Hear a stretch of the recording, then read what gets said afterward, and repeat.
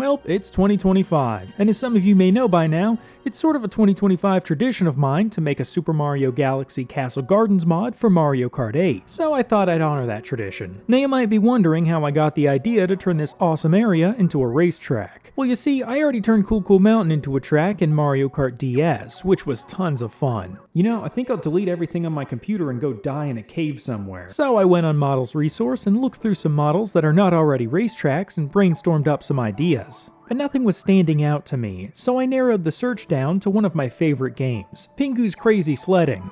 But since those were already racetracks, I settled on the next best thing, Super Mario Galaxy. For a minute there, I thought Super Mario Galaxy would be too spherical to race on. But luckily, I came across the game's starting area. It's basically already a racetrack. The only issue is it's missing a whole bunch of stuff. It's basically not really a racetrack at all. But I don't know. It's like they say, where there's not a circle, there can be a circle, if you draw the rest of the circle. So what if instead of just leading to the castle and ending like 25 seconds into the race, how about we make this path turn off to the left here and bring you through the magical starry nighttime forest, up to the plateau, and down the cliffside back to the starting point here behind the gate. You know what? It may take longer than expected, and that's really saying something considering I haven't set any expectations yet, but Super Mario Galaxy is a really special game. I can't skip an opportunity to explore an idea like this. Creating a new pathway through this model and making it complete as a raceable track is quite an exciting prospect. So let's get prospecting. The first thing I did was take a top-down screenshot of the track area and bring it into Photoshop. Then I drew a vague pathway from the end back to the beginning. I want some fairly level forested paths, a river or two, and a final section up on top of the plateau where you're sort of exposed to the open sky. Then it'll be back down to the entrance to the town. This isn't the exact pathway, but it's the idea. Then I made a tree paintbrush in Photoshop by making a tree out of shapes in a new document, then going to edit and defining a brush preset out of it. This is one of those situations where I'm spending way too much time on something that basically doesn't matter at all. But it is nice to have a map like this. And honestly, I think these kinds of things are mostly useful to preserve your original idea. Otherwise, you might end up sort of compromising and losing certain details along the way. Now that we have this crappy brochure of our non-existent track, we can start making it a little more existent. So I went ahead and imported the model into Blender. In case you're wondering how to get a model from modelsresource.com into Blender, you just download the model by clicking on it, unzip the folder once it's downloaded, and look for the model file. It's usually sitting in the folder next to all of the dozens of textures, but it should have the track's name, and it'll be a .fbx or .dae most of the time. Then you can just drag it into Blender or import it through the edit menu in the top left. And there you go. I can't promise that it won't be super screwed up, but it'll be there. I actually did think that something was wrong with this model, because when I was making the water transparent, I noticed some weird geometry underneath the castle, which is another castle, but upside down. Oh, well, that's one way to do water reflections. But you know, I really don't need to do anything with the water. That stuff will all happen in Track Studio. So the first order of business is to do a bit of a revamp to this place. The textures look good for 2007. In other words, the textures don't look good. It's really the lighting and post-processing effects that make this look so magical in Super Mario Galaxy. So let's go ahead and get some textures updated. Now, I like to use textures from Mario Kart 8 when making tracks for it, but I kinda have to scavenger hunt for them, which isn't fun when you've already found a bunch of them before, but now they're just sitting in some other videos folder that I don't really want to go find. So what I'm gonna do here is go and download a bunch of different Mario Kart 8 tracks, then take textures that might come in handy and organize them into a single folder. It was pretty slow going, but luckily my cat volunteered to help with the process. Now I've got a place to draw from when looking for good Mario Kart 8 textures. So let's check out some of those Galaxy textures. I think the grass is going to be the easiest thing to replace, so let's do that real quick. This new texture is almost good, but it's way too dark, so I brightened it up in Photoshop. One of the biggest advantages of using new textures from Mario Kart 8 is the fact that these textures also have normal maps with them, which make them look like they have tiny details on the surface. They also have specular maps, which don't do anything, but you put them on still, because people tell you to. Also, they do have a slight effect in Mario Kart 8 when they're rendering in-game. But anyways, let's check out the cliff texture.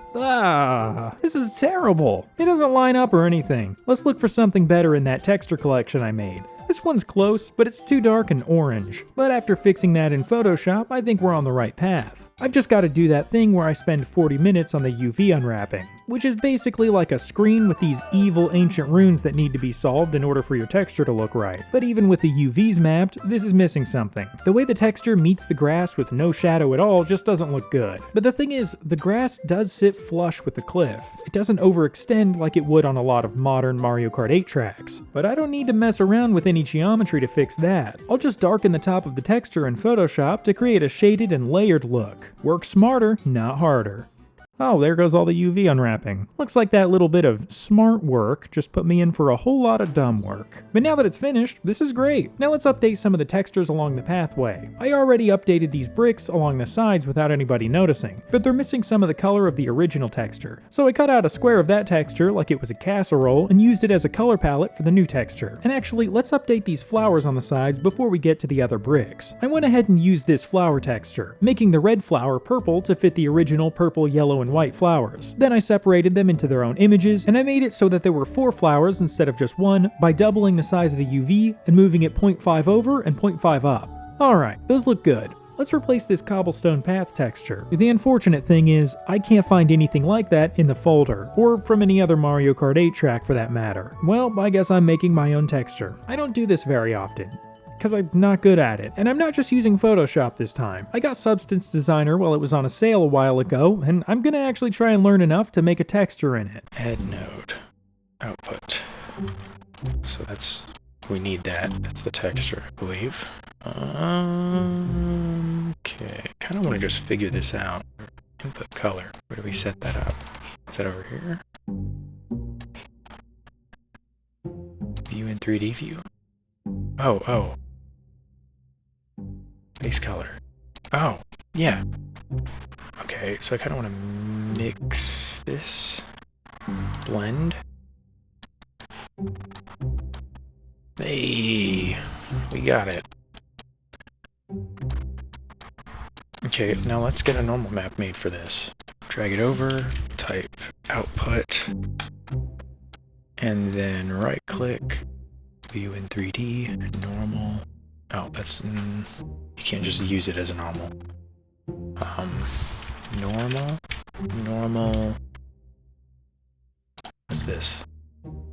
Normal. Oh, wait, let's input this, and then let's ramp it up.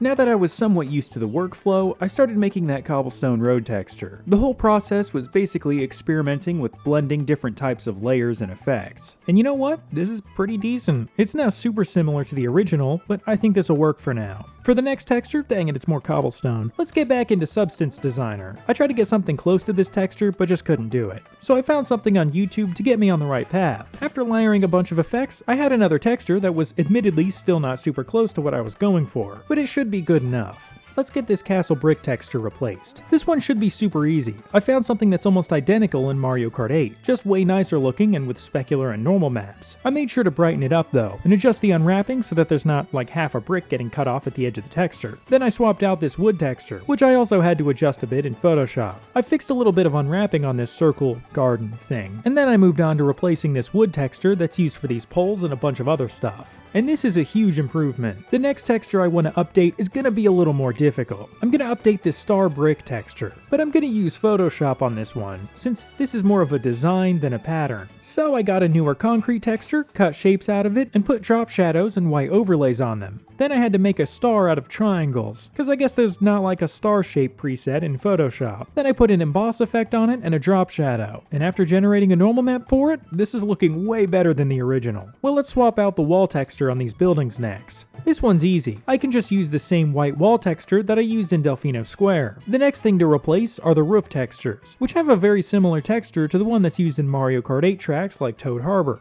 Very, very similar. In fact, it's the same texture, just recolored. And I actually like the original Galaxy version better, so let's just keep these roof textures on and apply the normal and specular maps to them. This is all looking pretty nice. Sure, it's still not as pretty as the original game is with its lighting and post-processing effects, but the textures are definitely improved, which is a good start. After the roofs, I updated the Toad Fence texture by using the Super Zoom filter in Photoshop and erasing some of these weird jagged edges. I also made a normal map for it, which should help a lot, but I just just noticed how much I don't like this wood texture. It seemed fine on the castle windows, but seeing it on this bench, I'm realizing that it's a little too rough and weathered looking. So I found a better one that looks far closer to the original wood texture. I also added those cracks to the building wall texture to make it look more interesting, just like I had to do in Delfino Square. After that, I tried to make the second cobblestone texture look more interesting and less flat and plasticky, which just looked worse, but I at least ended up generating a better looking normal map. The rest of my work here was little texture changes and adjustments, UV unwrapping, and trying to make a better looking grass texture that has those little circles like the original has, and then going back to not having them because it looked terrible. But I think overall this went really well. It's a good step towards having this be a nice looking racetrack in Mario Kart 8. Next episode, I can start to design and create that pathway through the woods.